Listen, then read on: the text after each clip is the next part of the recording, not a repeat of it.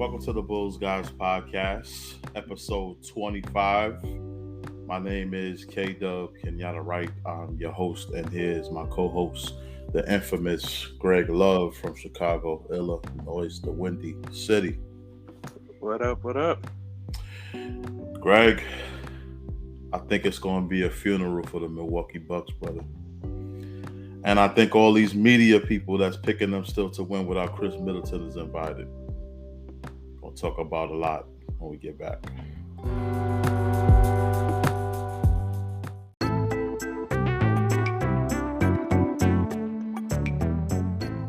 "100% unbiased, unfiltered opinions on your Chicago Bulls. The Bulls Guys Podcast."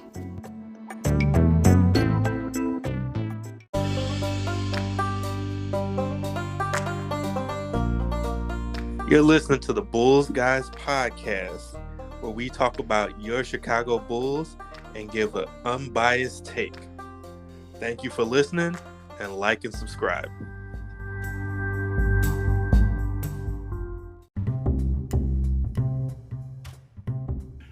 All right, back on the Bulls Guys Podcast. So, Greg, the Bulls go into Milwaukee after a competitive game one that they should have won, I might add. The Bucks squeaking that out by 6 after, blowing multiple leads in that game, just like the Bulls did in game 2. One can say that these two teams are kind of even, Greg, because, the game started out 0-9 in the Bucks' favor in game 1. Same thing for the Bulls in game 2. Both teams blew multiple leads in both games. And, both teams won by an average of, average of 5 points apiece between two games.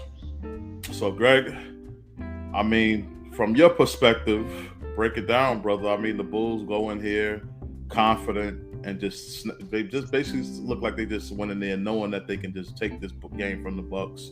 They really should be up 2-0 if you ask certain people. We have the media making certain comments like Jalen Rose and Stephen A. Smith saying that the Bulls will still lose to the Milwaukee Bucks even though Khris Middleton is out with the MCL sprain, ruled out of the series. And you guys still got people picking Milwaukee, man. What's going on? So first off, I want to say, did I call it though? Did I call it correctly? Didn't I say the Bulls need to come out to a fast start? Didn't they do that? Yeah, you did. Didn't I say that they would win a close one? Didn't they do that? Right. The thing, I see why Jalen Rose and Stephen A. Smith are still picking the Milwaukee Bucks without Khris Middleton. Mm-hmm. And the reason is because, again, I mentioned this on the last pod, ESPN stated that playoff Giannis has been activated. So, if they're expecting 50-point finals Giannis to come in, which is what I'm guessing they're expecting, then they don't feel the Bulls will have a chance. And I will say this, if that's the case, if dominant Giannis just comes in, it's going to be an issue because, frankly, they haven't stopped him. He's gotten to the rim pretty much whenever he's felt like it. Mm-hmm. He's been killing them on the offensive boards himself. So I think that would be an issue. Now I'm going to sit up there and say, I'm not like them saying the Bulls don't have a chance without Middleton. That's nuts. They had a chance with Middleton, which, like you said, the Bulls had a chance to win game 1. They could very reasonably have been up 2-0. So, I see where they're coming from, but realistically, Khris Middleton is a huge loss for them. Again, I talked about it on the last pod where in the fourth quarter, historically, their offense kind of started to run through Khris Middleton instead of Giannis. When Khris Middleton went down, they kind of had to adjust to that, and they kind of came back. But if you look at it, the Bulls were up big a couple of times. In this game, they were up 17, 18 points at one point, and then Milwaukee had cut it down to, I think they cut it down to like 12, and then the Bulls went back up again, and then Milwaukee cut it down again to where we kind of got at the end of the game. Like, I know what the final score said, but Milwaukee had to climb back into that game even with Khris Middleton. So That being said, for them to act like the Bulls don't have a chance is to borrow a line from Stephen A. That's just blasphemous. That's blasphemous to sit up here and say that. I think I'll say this. I think the Bulls to be honest, they have a lot better chance of winning this series right now as it stands without Khris Middleton. Middleton is averaging 20 points, 5 assists, and 5 rebounds in the series. He's averaging almost 45 or 50% from the field at 45.7. And he's averaging from 3, 40.9 from 3 for the series. I'm sorry, my bad, Greg. So he's averaging 19 against the Bulls for this series, 6.7 rebounds, 6 assists, 48.9 from the field, and 27.8 from 3. Not shooting too good from 3. But I think those are good enough numbers that Milwaukee's going to miss. The Bulls are basically forcing Milwaukee into a full court style, and I don't feel like that fits them. I even called that before the series started. Yep, you did. Jrue Holiday has a task on his hands trying to guard Zach LaVine or Demarderozan. He hasn't fared pretty good in that regard because, I mean, come on, the guy just got 41 on Jrue Holiday. So I don't know who told anybody that Jrue Holiday could guard either Zach LaVine or Demarderozan because it doesn't look like the case. Giannis averaging 30 points and 17 rebounds in the series, 6 assists. That's going to go down because I think the Bulls are going to be able to double him a lot more with Middleton out. This kind of puts more pressure on Jrue Holiday to be more of a scorer than he typically is because you need to replace that 20-point per game scoring. Yeah, I agree. I honestly think for the Bucks to win this series, Giannis probably gonna have to average somewhere around 40 or 50. Like just being completely honest. But I will say this, you brought up, Jrue Holiday having to guard Debo and Zach. The thing is, when Giannis was guarding Demar went 8 for 8 for 16 points, didn't miss a shot, and they said, they were talking about this on NBA Today. Like that is the most makes without a miss against one person being the primary or closest defender in a playoff series in the last 9 years, right? So like Giannis guarding him or being his closest defender wasn't an issue for Demar, at least in game 2, right? Like he said it, like he's not gonna have a bad a game as he did in game 1, right? And he came out there and he proved it.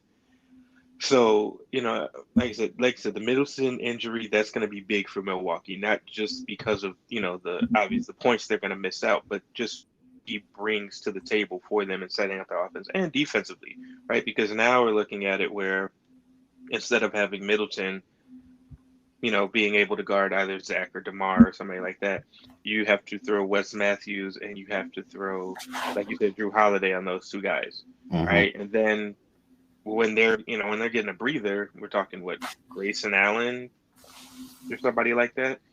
So they got a tall task to their hand, and like you said, like these people need to wake up and realize, like, okay, the Bulls are the 6th seed, but they made the playoffs for a reason. It wasn't like they just barely got in by the skin of their teeth. Like, no, they made the playoffs for a reason. They're a very good team. Like, as much as everybody felt like Milwaukee is just going to roll over them, that's not the case, especially when you're playing a division opponent. It's not like, this is some team that you don't know. They know each other's tendencies, so they know each other very well, and the Bulls played them tough. So it's not going to be a cakewalk like everybody expects it. Well, if you ask me, Greg, the Bulls should really be up 2-0 in this series. And the disrespect from the media started from the beginning of the year and played its way all the way through. Even when the Bulls were number 1 in the East, they still underestimated the Bulls. Not to say the Bulls didn't play on their decision and help these analysts think that, because the Bulls were losing to good teams. But let's face it, the Bulls weren't healthy all year. This is a Bulls team that was not healthy all year. And the fact that they were still able to maintain their seeding in the East for most of the year without most of their roster tells me that nobody really knew who these guys were. You kind of speculated who they were, but you couldn't really say how good they were because they weren't healthy. And they still were playing solid basketball because even in the games that they lost to contenders, Greg, they were in most of those games.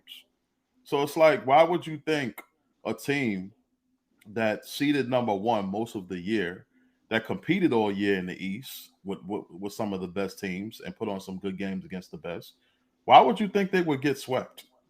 I mean, let's face it, Greg. If the Bulls don't lose Lonzo Ball or Alex Caruso, they're at the top of the East right now.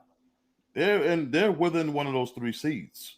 So to look at the Bulls as a six seed, I just think it's a little bit, delusional on some of these analysts thinking. But let's face it, man. We've been Bulls fans for most of our lives, and we've always seen the Bulls underestimated to this level. Even when they were good, and they had D Rose and they had Noah, they still were always expected to lose. According to Vegas, according to the odds, they never were picked. So the Bulls are just that team that's just the underdog. They're always the underdog, no matter what their record is or how hard they play. But at the end of the day, Greg, it's not going to make a difference on who's going to win the series, what the media thinks. So I'm just preparing them because I don't think Milwaukee's going to beat the Bulls without Khris Middleton. They can want it all they want. They can say it all they want as an analyst. You can push it on ESPN as the agenda. But I'm telling you right now, the Bulls are going to beat Milwaukee in 6 games, Greg. I think it really depends. Really for on the Bulls end, they need to play the way that they played in game 1 and 2 because all season we've been tearing our hair out at the Bulls to where they come out and they play well, and then they go and they lay an egg, right? Like if we're gonna get this Bulls team that played in game 1 and game 2, I would agree with you. But you know what the thing is, Greg? What they're doing offensively, I expected. I think people really didn't expect the Bulls to defend Milwaukee the way that they are. That's what I think. See, I think those people have not. I mean, I say a lot of the guys on ESPN, these large networks, weren't watching when the Bulls played Milwaukee, right? Like they saw the first game and it was close, and the next couple of days weren't. But it wasn't like you're playing these games where the score is 126 to 120. Like it wasn't like that. They were very kind of low scoring, kind of 90s type of games, right? Like we're barely cracking 100. So it is going to be a very physical game. It's going to be a tough game, and I think everybody. The reason they are so dead set on picking Milwaukee is because they are just so in love with Giannis, and they're like, okay, well, Giannis is going to go into how he played in the finals last year, and he's going to do that, and the Bulls have nothing for it. And the thing is, they say, okay, Giannis is the best player in the series. I agree. I won't argue that point in Giannis being the best player in the series, but right now the Bulls have the best team, right? Like if you look at it kind of top to bottom, like okay, Giannis is number 1, Drew Holiday is number 2. We got Zach and Demar are number 1 and number 2. And then who's their number 3? You say Brook Lopez and Vooch. Not really much difference there, but I think the difference in the two, Zach and Demar can do more. I feel like impact the game more because Giannis, even if Giannis gets 50, right? Let's say that he gets 50. Okay, that's cool, but what does everybody else do? Because now I can focus more on shutting down, even if I don't shut down Giannis, I'm going to let Giannis get his. That's cool. Giannis not going to put up 127 points in the game, right? He can get his and we stop everybody else because nobody, when you look at that roster, who's really scaring you other than Giannis? Like nobody's really scaring you. Like Giannis makes things easier for everybody, but Khris Middleton also does that to a certain extent too. He helps Giannis, get in these spots too. Because it's not like, Giannis is Kyrie with the handle. He's not. So if Giannis is going straight downhill, okay, he's a problem. If he's not, if you're in a half-court set, you need somebody to be able to set it up. Khris Middleton was that guy. Khris Middleton is not there. Like you said, that pressure goes to Drew Holiday. Drew Holiday is not a proficient offensive scorer like Khris Middleton is, or not as good an offensive scorer as Khris Middleton is. So then that becomes a problem. Where the Bulls have guys, Zach, Demar, they can get their own shot whenever they want to. Even Kobe can get his own shot when he wants to, and he always wants to. And again, somebody who we haven't really mentioned, Ayo. Ayo can come in. He can give you some good minutes. We got the Paul down there. He can give you some. He can give you some flashes and give you some things. Yeah, 10 and 9 yesterday, right, or something like that. 10 and 9, 10 points and 9 rebounds. Yeah. So I mean, let me see. Patrick Williams, yeah, 10 points, 9 boards, 3 assists. Yeah, Mm-hmm. so we're looking at it, and then we got Vooch, who gave you 24 and 13, Mm-hmm. right? So looking at it like that, like it's not like it. I guess it's not like the Bulls are just so overmatched as they want to make it seem, because you got It's Giannis who had 33, Brook Lopez had 25. He only had 5 boards. He's the biggest dude on the court. He had 5 boards. they Right. don't they So don't have guys that can guard the Bulls' best players when they're on. They don't have nobody that can stop Giannis. I mean, not Giannis. I'm sorry, Bulls fans. They don't have nobody that can stop Vooch when he's on. And Vooch has been playing a hell of a series, man, so far. yeah, like I said, he not scared of Brook Lopez, and you Right. can see it in his face that he is not intimidated by But Brook but I Lopez. but I feel like for Milwaukee, they have to have elite defenders to stop Demarderozan and Zach LaVine on the perimeter. And even Alex Caruso has been hitting some 3-point shots. The Bulls are shooting 48% from they shot 48% from 3-point in this game and held the Bucks to 38 from 3-point, 38% from 3-point land. Listen, bro, that's the reason why they're winning. They're holding their opponent to a lower percentage in shooting, and they're shooting a higher percentage. They Yeah, shot 49% in this game from the field. From the field, they're even doing really well. yeah, I like the fact that Billydonovan put Alex Caruso at point guard. I felt like, yeah, and I think I called that in the yeah. podcast. You did before the series started. Yeah, You did. because you got to have somebody that has that playoff experience, that Yeah, makes the right decisions, that's not going to force the issue on the offensive end. And in yeah, game two, for the most part, the Bulls' ball distribution has been on point. And in that game too, man, Demarderozan only took shots, Greg, when he needed to, when it yeah. was absolutely necessary. He didn't take any he didn't take us out He, of our offense. yeah, he Everything did. just flowed. He did take a couple of kind of iffy shots, I will say, Right. but it was really, It was I would better than say, game one. yeah, a lot better than game one. But I would say the only reason they were iffy is because like they were a lot of he was like he was doing a spin move and turning, and then the issue became he kind of fumbled the ball Mhm. on the way up, and then it became a tougher shot than if he would have got it, if he would have made the move cleanly. So that still made it tougher, but he was gonna shoot it because he was already kind of in that rhythm. Mhm. But I'll say, to your point, the Bulls had 25 assists, right? Like they played them very well. And if we're being honest, if we were being completely honest, I'm kind of surprised you didn't bring this point up. Milwaukee would not have been in this game if it wasn't for just the insane amount of free throws that they were taking. Like at one point, I think in the third quarter, Giannis had more free throws than the Bulls team had. Mm.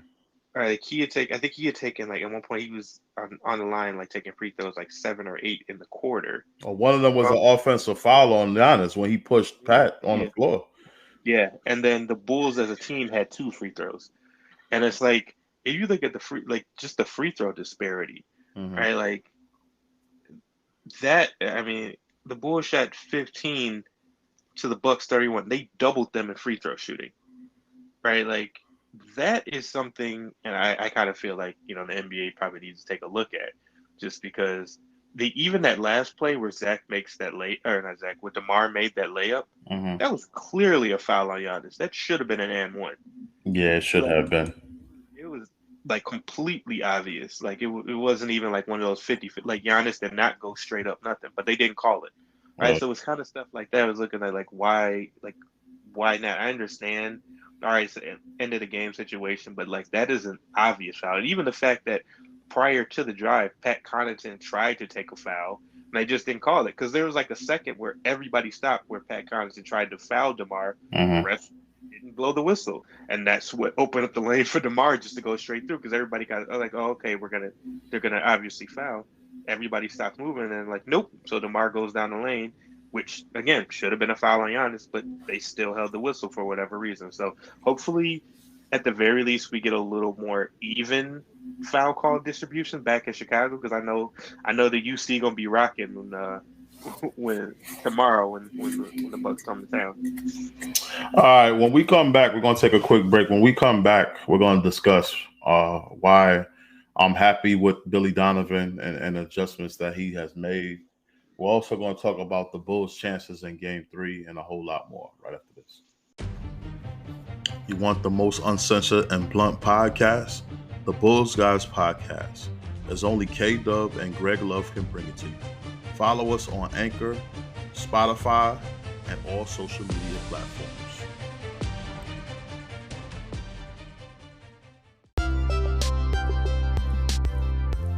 Thanks for tuning in to the Bulls Guys Podcast. Please like, subscribe, and tell all your friends about us for unbiased and unfiltered opinion on your Chicago Bulls.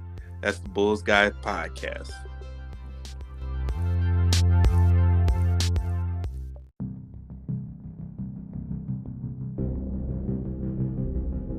Again, I think coming out of the All-Star break, the teams that we played, the way we played, especially the last 4 home games, that really was not us at all, the regular season. And it was disappointing with the way we played and felt like we were better. And I think coming out of, the Minnesota game and then having that 6 days, I think our guys worked really hard.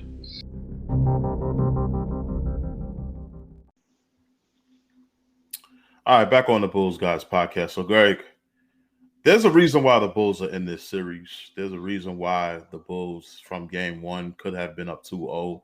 There's a reason why the Bulls have suddenly made this a series and have everybody on suicide watch that are Milwaukee Bucks fans, Greg. I think I see some Milwaukee Bucks fans on the ledge about to jump off. The Bulls defensively, they're just getting after it, man. They forced the Bucks into 15 turnovers in this game. And I feel like that's key because they're basically taking Milwaukee out of what they like to do. They're used to getting easy scores at the rim, especially with Giannis. And I felt like in game 1 and most of game 2, they forced Giannis into a lot of difficult jump shots. And they're getting all up in the Milwaukee Bucks space and they're getting out and running. They did it last night and it led to 9 easy fast points in the first quarter. Mm-hmm. Yeah. I feel like that is the basis of what the Bulls have changed that makes Milwaukee not recognized as Bulls team. And the Bulls, I believe, they scored 13 points off those Bucks turnovers. The Bulls won by what? Bulls won by 4, and they scored 13 points off of Bucks turnovers. So that helped a lot in their win. I felt like I like the way they guarding the pick and rolls when Milwaukee Bucks players are coming off the pick and rolls. The traps are there. I feel like the Bulls are doing a good job at their switches. The guys are getting out to the shooters and switching at the same time. They're doing a really good job of that. It's like everything that they did bad at in the regular season, they kind of fixed in this series, Greg. So maybe we can say, safe to say, the regular season was a preparation for the playoffs. It kind of makes me wonder, like, well, y'all just playing with our emotions during the regular season. They're like, oh, okay, Right. we can just turn it out during the playoffs, right? Because it's like there's a stretch, like in the fourth quarter, Vooch was guarding Giannis, and I was like, he's not doing a bad job. Like I was surprised as much as we killed Vooch for his defense, especially his pick and roll defense, and it's like you could have been doing this the entire time. Like what? Like why weren't you? You can actually play defense competently. Mm-hmm. Like why? Like why? Where is this coming from? Like don't get me wrong, I will take it. Like you said, they have stepped up their defensive intensity, and I think it is throwing Milwaukee off guard. Mm-hmm. And maybe it was a case because I know they blocked Giannis twice in that game yesterday, Greg. I think both of them. at the end of the quarter, where Giannis was trying to take that 3. But the thing I like is that they were having Giannis take jumpers, right? Because again, like I said, Giannis is not a jump shooter. So I kind of like, especially when he's getting ahead of steam, right? Like I feel like you should be stopping him at the 3-point line, like to force him to slow down and have to reset. Because like once he gets to the free throw line, it's like 2 steps for him and he's at the basket, right? You like set up your wall and get ready for him. Because there was one particular play where he got an and one where Zach, Pat, and it was somebody else. It might have been Demar. He just split all 3 of them and got to the rim. And he started at the free throw line and got to the rim. And it's like, it's 3 of y'all. Like, my thing was foul him. Why not? At that point, either foul him when he's at the free throw line or stop him before. Because I noticed they are playing, like they're giving him a lot of room to say take the jump shot, but I think they're giving him maybe a couple steps too much to where he can start up and start his drive.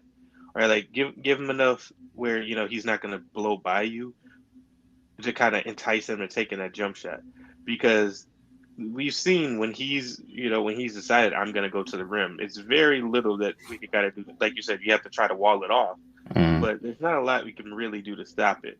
So I feel like entice him, like give him just enough room to feel like, oh, okay, I can get this jumper off, and let him do that. Now, if Giannis beats you with the jumper, okay, I can live with that, right? Like I'll take my chances with that. But overall, yeah, I think they've been playing defense very well, and I think, like you said, Billydonovan, kudos to him, because we both been killing him all season long. Hmm. But he has, at least thus far, made the proper adjustments to try to, for one, slow down Milwaukee and get W's. And I'll say this, to me, I never felt like, especially after game one, I never felt like this was finally a series. Like, I was like, this was never not a series. If game one showed you anything, this was a series from the start, because Demar said, they're not gonna shoot that bad. Hmm. It's like I said, all three of them are not going to shoot that bad. Vooch, Zach, and Demar are not all going to shoot that bad, all in the same game. Like it's just not going to happen again. So if that's the case, and you could still only barely beat them, come on now. That means this team is a lot tougher and a lot closer to you than you thought and everybody else thought. Well, the Bulls are 27-14 at the UC. They're tied for a three-way tied actually with Atlanta, Milwaukee for the best home record in the Eastern Conference. So the Bulls are going home for Game 3, Greg. And I'm gonna tell you this: if they play like this at Milwaukee, I could just imagine how they're gonna have their UC rocking. No Khris Middleton. But I don't. To be honest with you, I don't want the Bulls coming into this game playing against the Bucks like they're missing Khris Middleton, so we could just like Yeah, this could be a trap game. yeah. Coming home, all the emotions of tying to series up, thinking you're gonna get an easy win, and the Bucks just come out and flip the script and change what they're doing on you, and then now we're down 1-2. Yeah. To be honest, I fully expect the Bucks to come out and punch the Bulls in the mouth. Wow. Like I'm fully expecting that. I'm thinking that game two is going to be a wake up call for the Bucks, and especially not having Khris Middleton. Hmm. I fully expect them to come out and just try to blitz the Bulls. Play with that And sense my of urgency. Yeah, and my thing is, I expect that I want the Bulls to accept that. Okay, this is how it's going to be. They're going to come out and try to blitz us. They're going to come out and try to punch us in the mouth. I'm looking for that counter punch, because this is the thing. If they come out, I could very well see this scenario happen. The Bucks come out and blitz them. Let's say they're up 12. Hmm. I could very well see the Bulls making a comeback and end up, by the end of it, blowing them out. But it's like you have to be able to endure what they're, because I feel like with Khris Middleton being out, there's going to be a rallying point for the Bucks, right? Like, and we've seen this in basketball, in sports in general. One of your guys goes down, the team kind of rallies around that. That's going to be their kind of cry or whatever. And we're gonna go out, and we're gonna do, we're gonna win this for Khris or whatever, right? Like, that's kind of what they're gonna be, their rallying cry, right? Hmm. So with that, right, like you said, they're gonna come out energized, especially going on the road, going in a hostile environment. And I guess if you talk to some of these pundits, being upset at home by the Bulls. Right, so it was like that. They're probably gonna come out with that sense of urgency. That gonna come out with that energy. But like I said, it's gonna be up to the Bulls to counterpunch them. It's like, okay, cool, you came out and hit us in the mouth. Now take this, right? And I could totally see. Again, this is my caveat. If the Bulls continue to play the way that they've played in games one and two, because like you said, if they come at them like, oh, you don't got Khris Middleton, this should be a cakewalk for us. You're gonna lose that game, and you're gonna lose it big. But if they come out with that same energy, that same fight, that same mentality that they had in game one and two, I could very well see the Bulls blowing the Bucks out. Well, it's a veteran team, and then you have Mike Budenholzer, one of Greg Popovich's students. And I was thinking today too. Greg Popovich got a lot of his former students as coaches these days. Some of them Yeah, are in the playoffs right now. But long story short, you don't want to underestimate a veteran team. They're NBA champions for a reason. You want to come out in this game and you want to play your offense. You want to do the same thing that got you to win in game two. You actually want to do the same thing that you did in both games one and two, with the exception of the fourth quarter in game one. And speaking of that, Demarderozan, I feel like this is the type of game where he's going to try to do too much. And I'm Hmm. telling you right now, Greg, the Bucks going to try to take him out of the game. They're going to double him. And I feel like Zach LaVine, Kendall Gill even stole this point from me because I was going to say it before he said it on the show. Zach LaVine going to have to be ready because I feel like they're going to try to take Demar out the series. They just got Yeah, embarrassed. He dropped 41 on them. They're not going to let him get off like that again. yeah. To be honest, in game two, I kind of felt like, and it's probably just me personally nitpicking at the win. I kind of feel like Zach kind of disappeared a little bit in that fourth. Mm-hmm. Now I know it was kind of Demar taking over, but I felt like I was looking on the quarter time. I was like, well, where is Zach? What is he doing? Why is he not touching the ball or even demanding the ball at some points? Right, like that's kind of how I was looking at it. But to your point, I think game three, if everything goes well, game three should be a big game for Zach. I think this is where you could see Zach having like 35, right? Like let's say like 35, 5 and 6 or something like that.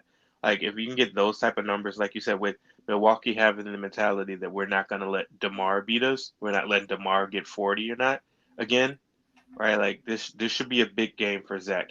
And then Vooch can get Vooch numbers 20, 20, and 13 or whatever, 20 something to 13, which I kind of expect from him at this point. But I think this should be a big game for Zach.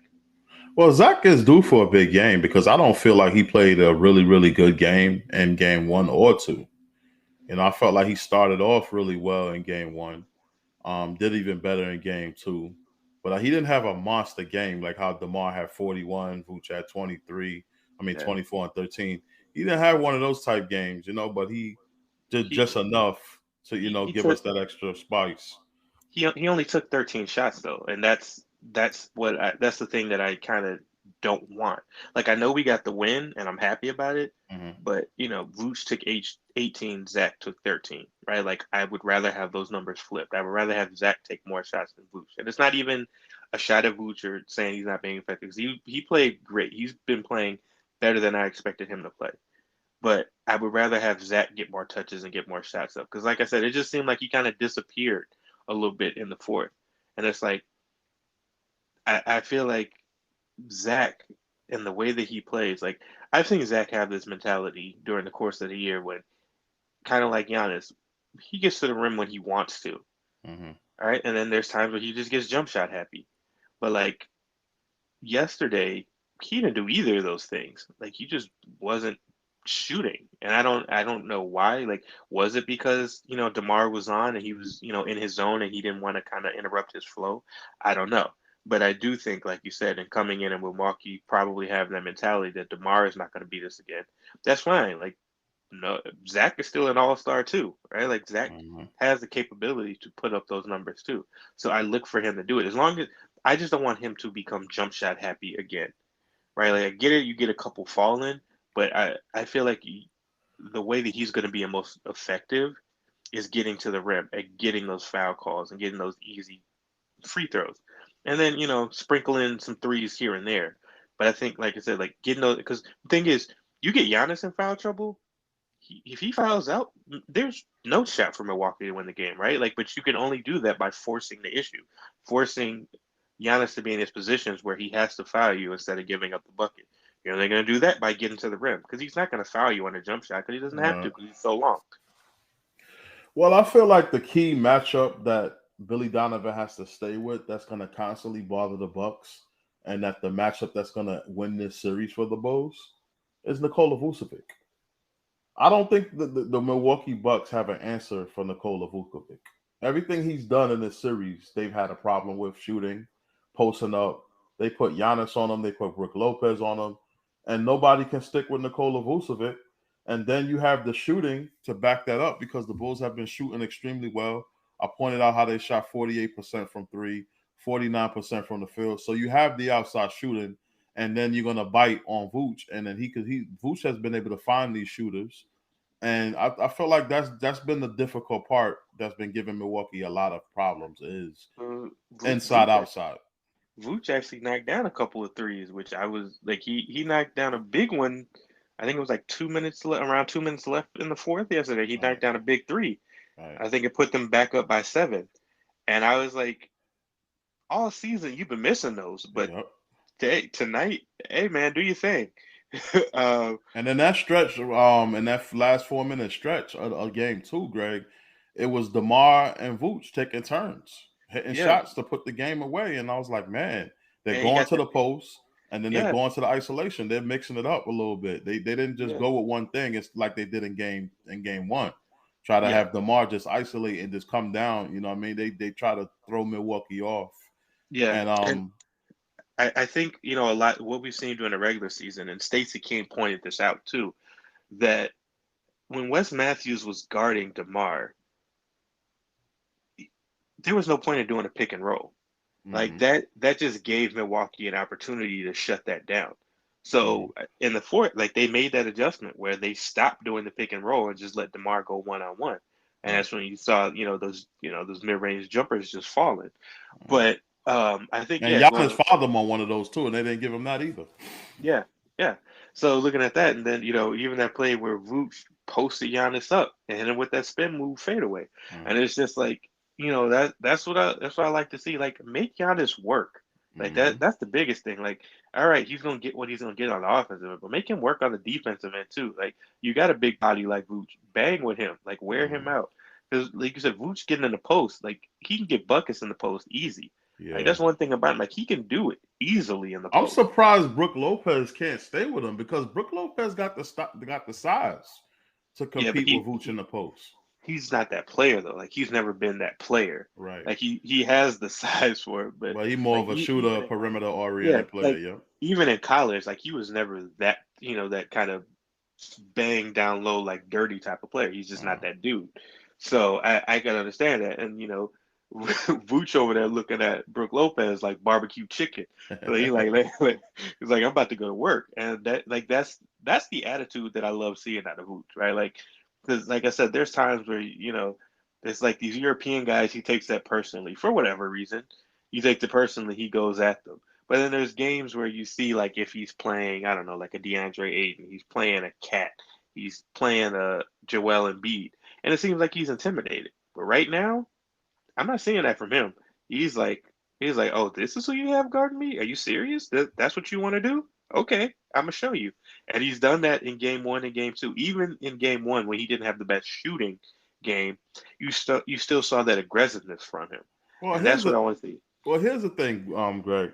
They never had to deal with this type of Vooch in the regular season, right? Because he didn't play this way. Remember, he was still undecided and was struggling with his confidence. They didn't Yep. play against Pat this whole year because Pat was out most of the year. Got Yep. hurt in that New York Knicks game early in October. So they Yep. didn't see Pat this year. They played against Alex Caruso, I believe, only in 2 games. Yep. So the Bucks are basically getting the side of the Bulls that they haven't seen. So is it safe to say that they go back, watch some tape, and are sharper in game three? That could be a possibility. But I, I still got the Bulls winning this, man, because I just don't think Milwaukee can just change who they are just because they lost one game. They're gonna change who they are overnight. It's not gonna yeah. happen. Yeah, and I said, like I said, I expect Milwaukee to come out and punch the Bulls in the mouth. Like I fully expect that. But Mm. like I said, like I could also see the Bulls blowing them because I mean, like during game two, they were up by 17, 18 They for figured something out, Greg. I'm telling you, for man. for different stretches. Like if Milwaukee was the one who had to claw back into the game, Mm. right? So looking at that, like especially again, like I said, without Middleton at this point, it's very believable that okay, like the Bulls could potentially blow them out. But again, it would still be based on the fact that if they're going to play in the way that they played in games one and two, because like you said, Milwaukee's a championship team, right? Like they're going to make adjustments. So again, it becomes a chess match, right? Like okay, Milwaukee made adjustments. How are we going to adjust to these adjustments? And how are we going to anticipate these adjustments, right? Because you and me can sit up here and it's not like, we're on the Bulls coaching staff and we're game planning, but I feel like anybody with a brain to figure out, like, okay, Milwaukee's probably going to sit up there and say, oh, we're going to have to take DeMar out of the game, right? Like, Mm-hmm. so at that point, it becomes up to the Bulls coaching staff to say, like, okay, if they are going to, like you said, double, triple DeMar, just do whatever they have to do to get the ball out of his hands. We need to Mm-hmm. make sure we're putting these other guys in position to be ready to succeed and get easy buckets and things like that. Okay, do we have to get Vooch more touches? Do we have to make sure Zach is in a position where he can get an easy bucket like Right. that? Like that's what you have to do. You have to be ready to make those type of adjustments. Okay, do we have to run more so that way Milwaukee won't have a chance to throw a double team with Demar because we're already kind of on the fly. So those are things that the coaching staff has to do and game plan for. Well, that's it, man. We have basically covered everything. I mean, I was going to talk about Demarderozan's 41 points, Greg. He becomes the fifth Bull in Chicago Bulls history to score 41 or more in a playoff game. And man, what do you think of this guy, man? I mean, he looks like he did in game one, shooting 6 for 25, and then he comes out in game two and does this. I feel like if he's able to play like this most of the series, the Bulls are gonna win. If Vooch and him is able to play how they've been playing, I feel like this series is over. I feel like the Bulls are gonna win in six.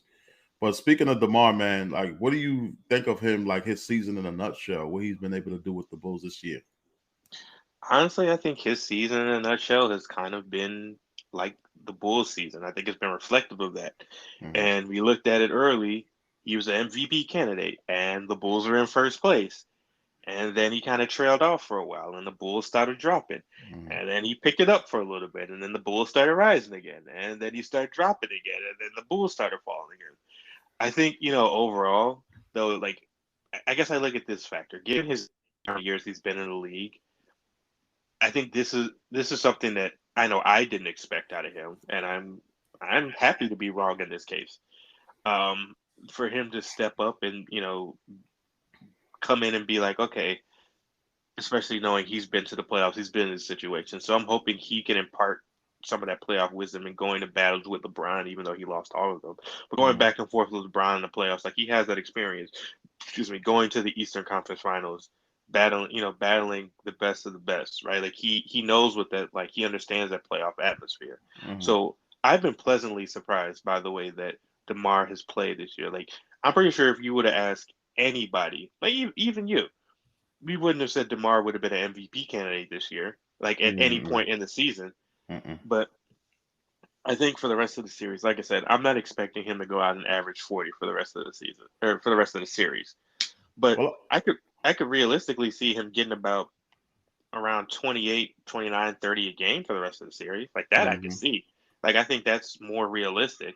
Well, Um, you gotta have balance because your whole all three of your guys, your big three in this game played really well. So if that's able to happen, then you don't need too much from only one guy. It's just everybody got to do their part.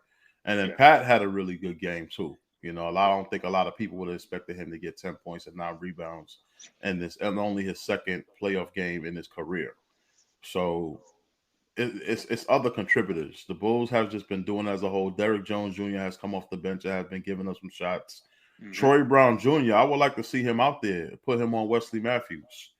Um, yeah, we have some guys on the bench that I feel like will help us in this game, but Billy has shortened his rotation once again. Yeah. Yeah. I guess, and this is a complete side note about the rotation. What I don't, well, not even the rotation, just the Bulls team in general. I know, a few podcasts back we talked about, you said letting go of Stanley Johnson and things like that. Some of these guys or things guys they could have brought in order to help them, like Mhm. or even help them for a playoff run. My question is, why is Marko Simonovic still on the bench? Like he's getting zero time. He's literally just taking up a roster spot. Like, could you not send him to the G League? Because you're not playing him anyway. So what is his purpose? Like I don't get it. Like could you have not have brought in somebody else who you could have used instead of giving him that spot? But that's just, a question that I've been wondering. Well, we had Bell over here. From Golden State, and he didn't get used either. So I don't know, man. Billy Donovan has this thing where he's like Thibs in a way. He likes to shorten his rotations, but I like to see a coach that know how to use all of his players. I don't want no coach that's just using only a certain group of guys Yeah. because you have to explore matchups. You have to you got put bodies out there to use fouls on Giannis. So I would like to see Marco out there to use some fouls on Giannis. Put Giannis at the line. Giannis been missing a lot of free throws. I don't know if anybody realized that in key moments of the games, he's been missing free throws. think he hit some last night in crunch time, but for the most part, he's been missing them. But I got the Bulls coming out in Game 3, ready for the Bucks. I heard most of our guys in the post game, and they're locked and loaded. They're locked in, and I've been hearing the word physical a lot when they speak. So they realize they have to be physical with this Milwaukee Bucks team, especially on the interior. And I don't think that's going to change, Greg. Yeah, yeah, they got a fight on their hands, and they know it. So you can't back down from this team, because otherwise you're just gonna get bullied. So, like you said, they got to come out. They got to match that intensity. They got to match that physicality. And if you're gonna do that, you can go out and get the win. Because for one, not only have you proven it to Milwaukee and the world, you also proved it to yourself that you Mm-hmm. can beat these guys. Like, not only can you hang with these guys, you can beat them. Yeah, you I can. think that's all the confidence you really need. But but the crazy part about the whole thing is, Greg, is that we still have these media guys that's saying the same narrative. I mean, do they not have eyeballs like me and you? I mean, the Bucks have not looked like they're dominating the series, or they haven't given me any indication that they could easily beat the Bulls in this series. And Yeah, even if they're able to win, I don't think it's going to be a sure thing win. It's a win that they're going to have to really work their ass off for. It's not going to come easy. They're not going to blow the Bulls out or sweep the Bulls, obviously, because the Bulls won a game. So yeah, once a team wins a game on another team's home floor, that's when the series starts. That's the old saying. yep, yeah, yeah. I think with a lot of these guys, for one, and we're being honest, they don't watch the Bulls. Right, Right. like that is what it is. The one thing they do know is Giannis. Right, like they're probably looking at Giannis, probably not even Milwaukee as a whole. They're looking at Giannis and like, oh, well, he's the best player on the court, so his team should win. Like, I feel like he's better than Zach, better than Right. Demar, better than anybody in the Bulls. So therefore, they should win. So that's how I feel like But they're you know going what through that this. is, Greg? That's lazy reporting. I Because mean, if you because don't know about something, you shouldn't talk about it. That's my old motto.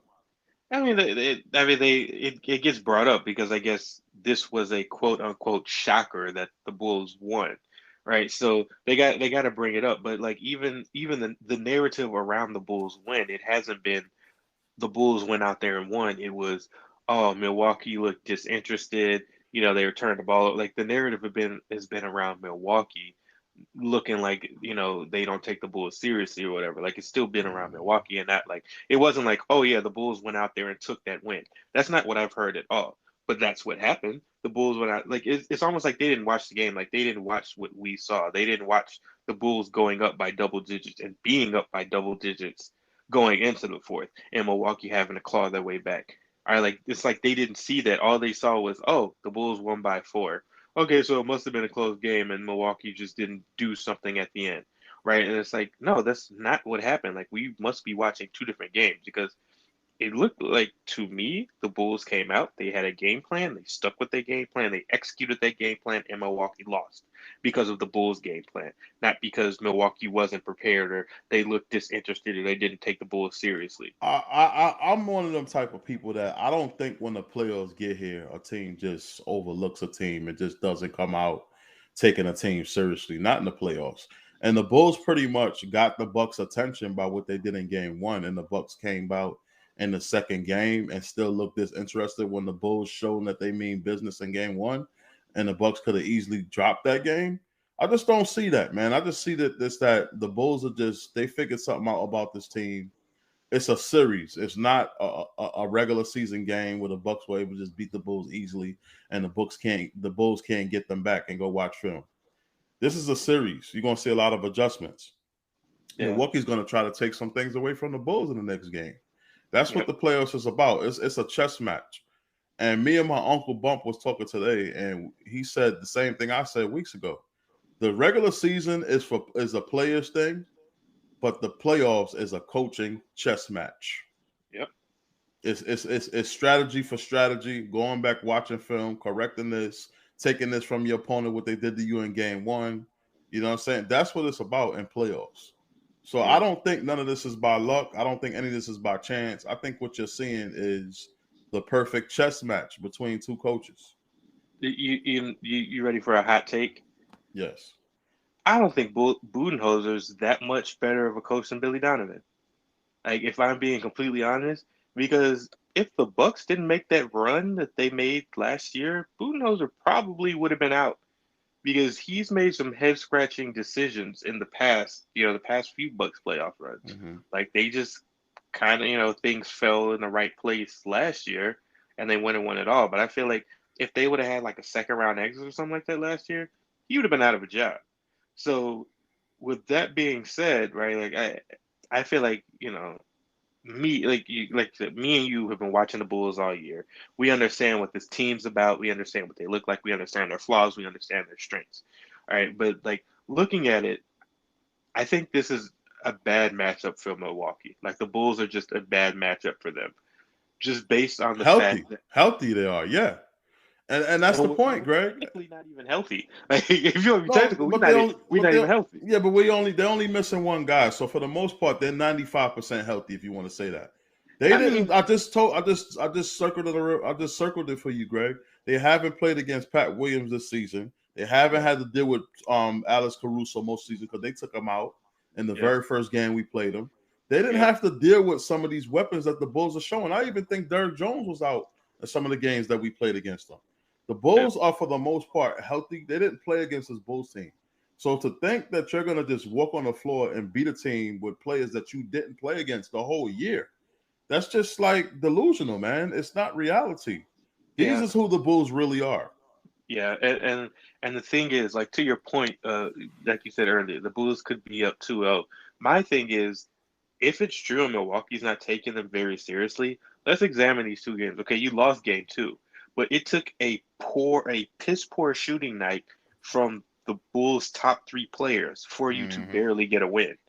Right? Like that should tell you something. Like if you need it, like game one should have been a wake up call because like I said, they're not gonna shoot that bad again. Like at the very least, even if they don't go off like Demar did, at the very least they're gonna shoot okay. And if the Bulls shoot okay, you haven't shown the ability, at least in the series, to overcome that. And if you're the So Bulls, Greg, you have to think in your mind, damn, like Zach didn't even shoot well, didn't have a good game.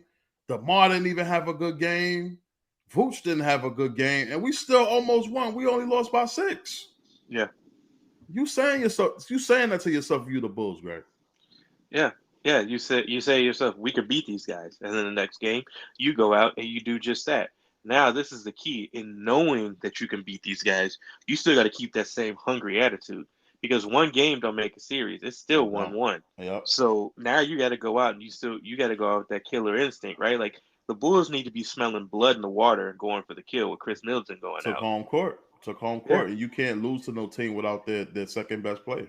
I'm not trying to hear it. Not in no series. Yeah, See what I'm saying? You gotta force them to do something else.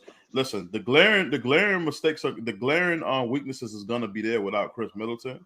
And game 4, if they lose game 3, Billydonovan definitely gotta adjust to take something away from Milwaukee that they're gonna do right in game 3 without Khris Middleton. And then once he adjusts on that, I think that's it. Game 3 might be the only other win that Milwaukee gets in this series, but Greg. Maybe like if they get that, like I said, I think the Bulls can come out with a win. And I kind of, I'm not gonna lie. Part of me feels like me being confident in them is gonna jinx them, and they're gonna go and lay an egg. Yeah, I'm being honest with that. But like I said, the way that they've been playing, if they're gonna keep playing that way, there's no reason why they shouldn't win this game, and they should win it. Not even that they have to blow Milwaukee out, but they should, feel very confident that they should win it, and they should go play like we're going to win this game. Not okay, we stepped on the floor with the Bulls, we beat you in game 2, so you should just roll over for it. Like no, go at them and prove, show them like no, you made a mistake in game 1 and game 2.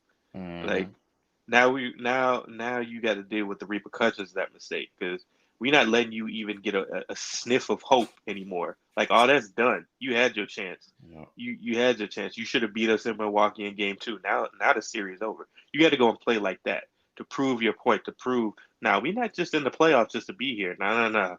We're in the playoffs to make some noise. Right. Well, we done covered every base, and we got game 3 coming up on Friday night at 8:30. And let me just say this, Greg. I love the fact that the NBA has put the Bulls on primetime. And the Bulls was the highest watched game of the playoffs this year in Game 1. Did you know that? Yep, I saw that. So yeah, it's the most rated game of the playoffs. Everybody has been tuning into that more than any other game. And man, that just tells you that the Bulls are back, man. The Bulls are back, and the NBA agrees because they're giving them the schedule in the last game of the day, which is prime time. 9 o'clock at 8:30. And man, it has been a treat. Both games were really great. So when we come back, we're gonna close it out after this. You want the most uncensored and blunt podcast? The Bulls Guys Podcast. As only Kdub and Greg Love can bring it to you. Follow us on Anchor, Spotify, and all social media platforms.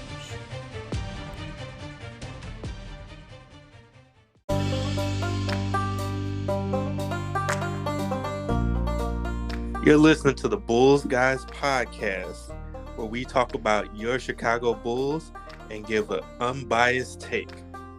Thank you for listening, and like and subscribe.